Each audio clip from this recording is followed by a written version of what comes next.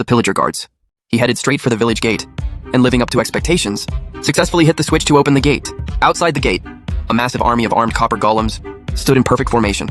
Then, the copper golem and iron golem took the lead. With a signal from the lead copper golem, they stormed into the village, clashing with the pillagers inside. As soon as the iron golem entered, he instantly knocked 2 pillagers unconscious. The pillager captain realized how serious this was. He ordered his men to grab their weapons immediately. However, those weapon crates were the exact ones the copper golem had tampered with. The weapons inside had long been swapped for food. The panicked pillagers had no idea until their weapons shattered on impact, and only then did they realize. Without weapons, they were quickly beaten back. Only the Ravager chose to charge forward bravely. With a ramming attack, it knocked 3 copper golems into the air. But just as it was about to crush them, the iron golem burst in and kicked it flying. The 2 titans clashed. Without the other pillagers interfering, the iron golem planned to redeem himself and take down the Ravager head-on. Meanwhile, the other copper golems used copper blocks and redstone to build a mobile cannon. They loaded TNT into the chamber. Once the TNT was activated, it launched the very next second. The massive explosion instantly blasted the pillagers off the tower. Just as they were pushing their advantage, 3 potions of slowness suddenly fell from the sky. It was that same witch from before. She pulled a sword from her robe and jumped down. Right as she landed, the lead copper golem rushed over and blocked the strike for his 3 friends. Who knew that besides brewing potions, the witch was also a master swordswoman? She quickly forced the copper golem back. Then, with one swipe, she sliced the rose off his head. But with the rose gone, the copper golem was no longer held back.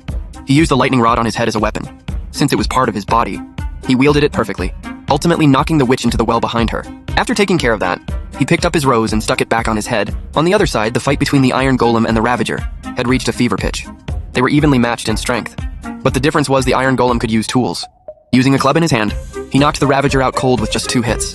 But just as the fight ended, before the iron golem could catch his breath, the pillager captain had snuck up behind him. Luckily, the copper golem arrived in time to stop the ambush. When the pillager captain scrambled to his feet, he realized he was at a disadvantage. It was now 2 against 1. The captain definitely had some skills, though. He dodge-rolled past the club attack, then decided to take out the weaker copper golem first. His plan was perfect, but the iron golem punted him away before he could act. Suddenly, a thunderstorm started, and the rain got heavier. A bolt of lightning struck the tower. The lightning rods on top absorbed all the charge, turning the creepers in the cages into explosively powerful charged creepers. Seeing this, the captain cut the chains, dropping the charged creepers from the top, while he grabbed the chain to hoist himself back up the tower. Watching the charged creepers fall, the golems' faces turned grim. Boosted by the lightning, the creepers moved incredibly fast, and their explosions had no delay. One touch meant instant detonation. The iron golem couldn't knock them back in time, and was surrounded and blown away. The cracks all over his body made him pass out quickly. Meanwhile, the rest of the copper golems were driven out of the village by the charged creepers. Now the village's only hope rested on this single copper golem. To make matters worse, a fresh batch of charged creepers was being lowered down, but then the copper golem had a